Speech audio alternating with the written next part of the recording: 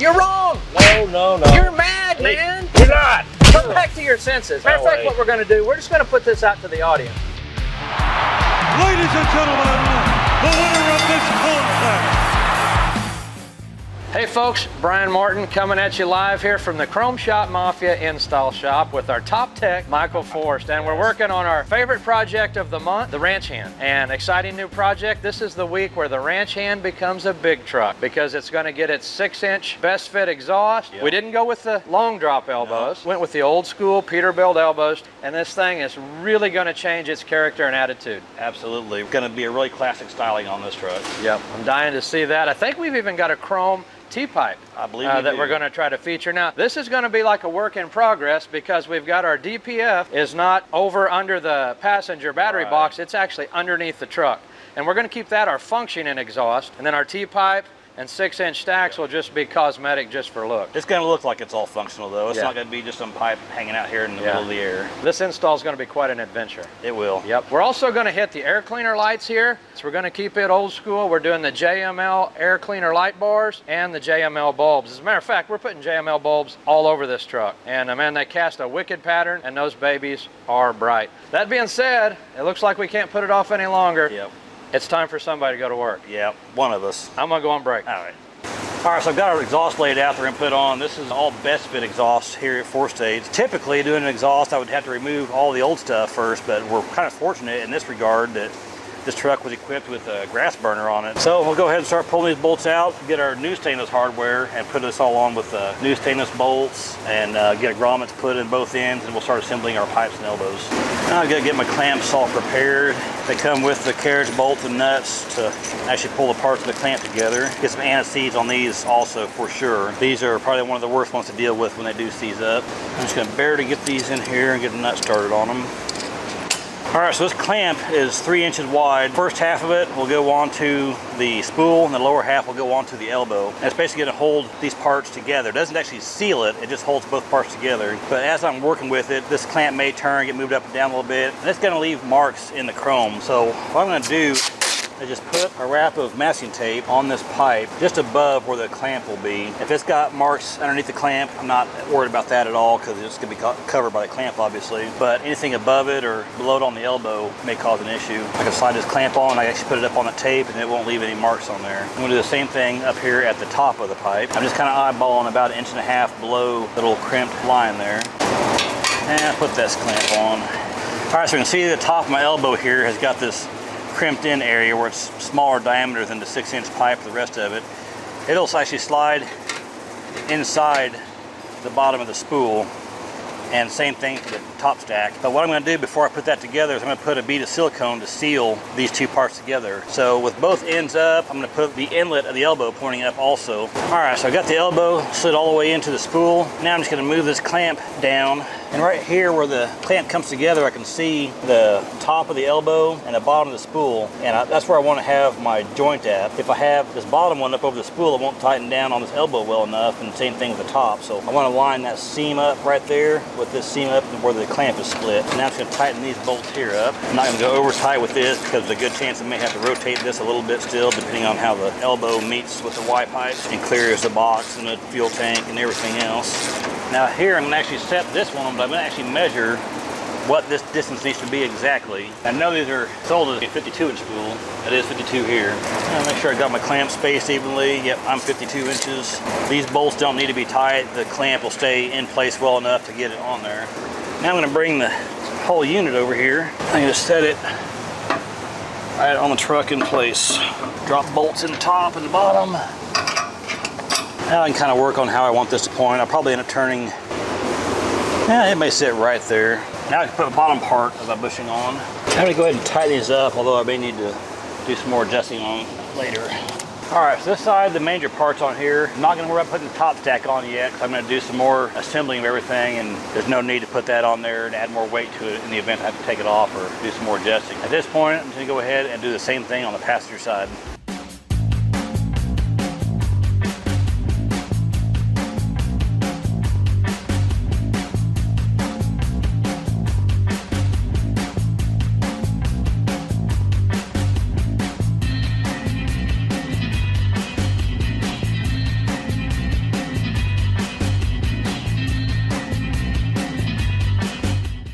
right, so I've got our elbows and spools put on. Now I've got a 60-inch miter cut top stack. Now my top clamp is loose because this pipe is going to actually have to slide down the side of it. It's going to go over this crimped part here. Before I get it on here too far, I want to double check, make sure I got my slash cut straight to the back. And before I tighten that up, the clamp's overlapping my tape a little bit that I put on here to protect it. So let me go and pull this off first. Now I need to check before I tighten this up that I've got the pipe plumb front to back and side to side. All right, that's good. Side to side. Now front to back, I can do the same thing with the level, put it on front of the sleeper, the back of the door. But a really quick thing to do is I just kind of move my head till the front of the pipe and this drip edge line up. I can use the drip edge for a guide because it's going to be parallel to everything else, back of the cab, front of the sleeper, and everything. I can just kind of move my head in and out and watch that edge appear, disappear, all in one motion. So I'm good with it right there.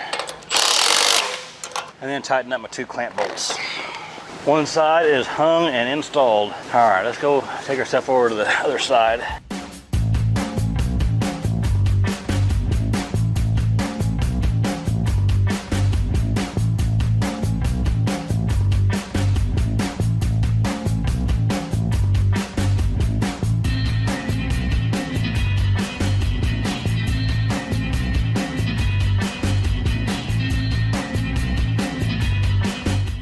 All right guys, so got our exhaust completed up here. 12 foot, 10 inches tall now. Got our elbows ran down here to my Y pipe. What you see for a Y pipe down here is actually just kind of a faked Y pipe. Our elbows down here just butt up to it and are actually attached to it physically, but not plumbed into the pipe prior to going to the DPF. This thing is gonna turn some heads and make people scratch their heads a little bit when they come down here and look at this. But this thing is so tall now, this looks like a monster running down the road. You wouldn't believe this is only 1210. This truck is so low, it looks like it's 14 feet high. All right, so up here on the front of the breathers, we're gonna put these JML Customs breather panels on. And like Bryan said, it's a small 3-light panel. I'm gonna use these nice glass Ember lens lights with the JML Customs LED lights inside of them.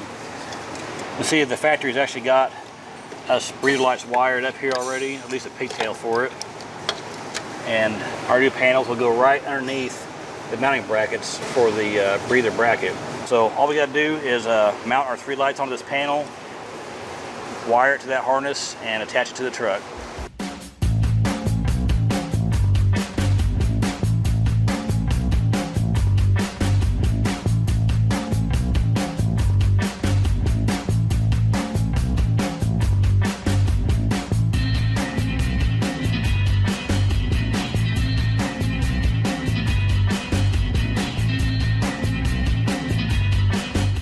All right, so we got our light panels all assembled, ready to install them. I'm gonna come over here and actually cut this factory plug off of this. I don't have a mate to it, so there's no point in having this part of the plug.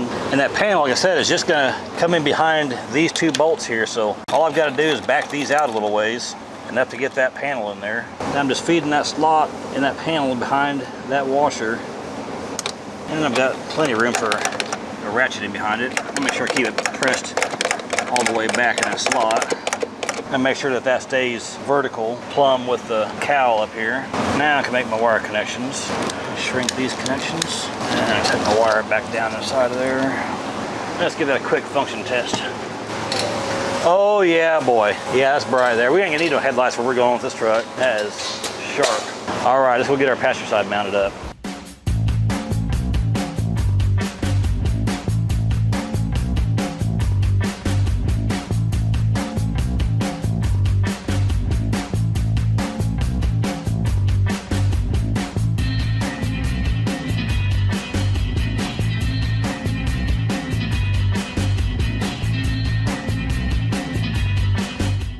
All right guys, we just got our JML Customs breather panels and their awesome ultra bright lights put in on this front of the breathers on this ranch hand.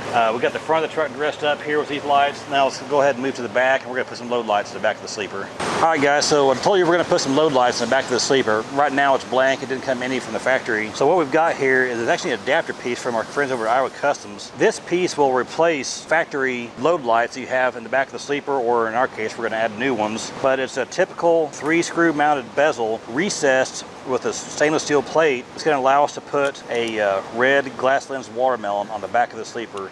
That'll go along with the rest of the lights and the theme from the rest of the truck. So let's go ahead and get our holes laid out on the back of the sleeper, get our light locations found, and we'll start getting some lights mounted. All right, so we're gonna put just 2 load lights in here, and we're gonna put them in the middle of this black stripe, somewhere between this seam and the sleeper panels, and right here there's a structural support inside of there. So somewhere in this range, we may find something like this airbag to go off of, or find a good centered point. And I'll tape this over both sides and get some precise measurements from the bottom of the sleeper, from this edge, from one huck to another, so I can get these holes exactly the same side to side. All right, so here we go. Punching a hole in the sleeper skin. Again, I've got me a little piece of airline on here, so once this drill bit goes through, it's gonna hit that airline and it's not gonna go through far enough to tear up the upholstery. You've only got 1 inch from the back of this wall to the back side of your upholstery panels. Can't mess that up. All right, so here we got a 4 3/8 hole saw, which is what I need for that big stainless lock ring bezel. Like it or not, we're gonna have a big hole in the back of the sleeper. Obviously, we gotta be extra careful with this, because it can do a lot of damage really fast. And this will heat the aluminum up as it's cutting, so I'm just kind of giving it some pulses, cutting it slow, but putting a lot of pressure on it, so it cuts a lot of material out when it does go. I pull it out and check it every once in a while. I've got no way to put a stopper on this to keep it from going through, over penetrating when it goes through, so I've just got to be really careful when I'm cutting. There it went, nice and easy like. I'm going to need to remove this insulation to have room for that light bezel and whole socket to pass through here. We'll go ahead and set this in here. I never said that I made that vertical line really long through there. The reason I did that, these bezels mount in with 3 screws like normal, typically 2 on top and then 1 at the bottom. But I want to keep this thing dead level and straight and everything as possible. So my center line for this hole will also pass through the bottom hole. So I'm just gonna push this back into the hole, line it up with the bottom hole of this bezel, and then mark my 2 top holes. Then I'll drill those holes, put some threaded inserts in there, and this will attach with some machine screws with a gasket underneath it. Right now, let me go ahead and drill the other side out. Like a lot of these later model Peterbilts, they run a harness out of the bottom of the corner of the sleeper here. So what I'll have to do is pull the back wall out, pull this wire up and run it from this light to that light also. I've got my bezels here and my lights that I'm going to put into them. I'm going to have to assemble all this together before I put this light in here. But before I get to work on this light, these here are the threaded inserts or nut certs that I'm going to actually install in the back of the sleeper wall. And these 832 machine screws are actually going to go through here and thread into these. So I'm going to go through here. I'm going to drill a small pilot hole first for each 3 holes on each light. Then I'm going to come through here with a 9/32 and I'm going to install all 6 of these nut certs.